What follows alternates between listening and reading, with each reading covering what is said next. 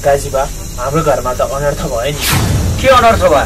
के हुनु नि काजीबा, हाम्रो कजिनीले त्यो कामदार रामेको घरमा गएर भात खाइरहनु। के भन्छ साइको? के यो कुरा सत्य हो? हो काजी साहब, मलाई मेरो बहिनीमाथि पूर्ण विश्वास छ। यो हुन सक्दैन। कुनै दलितको घरमा गएर मेरो बहिनीले खाना खान सक्दैन।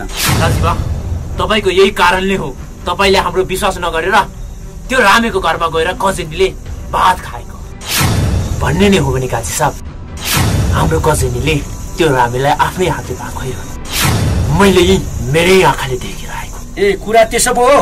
त्यो रामेलाई यो दशैंमा दशा लाए जस्तो छ। त्यसलाई के गर्छु मलाई थाहा छ। त्यसो भए त्यो रामेको घरमै होला होइन साइको? हजुर काजी। ए बहिनी,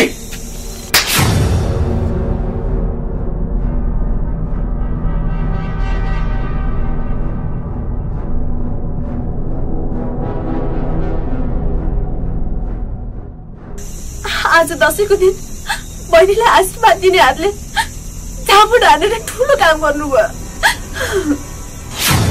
दाइ तपाईले झापटै हान्नु पर्ने, मैले के नै त्यस्तो गल्ती गरेकी थिएँ र? बहिनी तैले गल्ती गरे होइन, ठुलो गल्ती गरिस्। के यो घरमा खाना दिएको थिएन मैले? तैले त्यो रामे घरमा गएर खानुपर्छ? यो मेरो बहिनीले यो गाउँमा ठुलो इज्जत राख्छ भन्ने मैले आश गरेको थिएँ, तर एक क्षणमा यसले मेरो इज्जतै फाली। यो घरको यो दाइको अलिकति पनि इज्जतको ख्याल राखिनस्। ए मैले एउटा दलितको घरमा गएर खाना खाँदैमा यो घरको अनि तपाईको इज्जत गयो?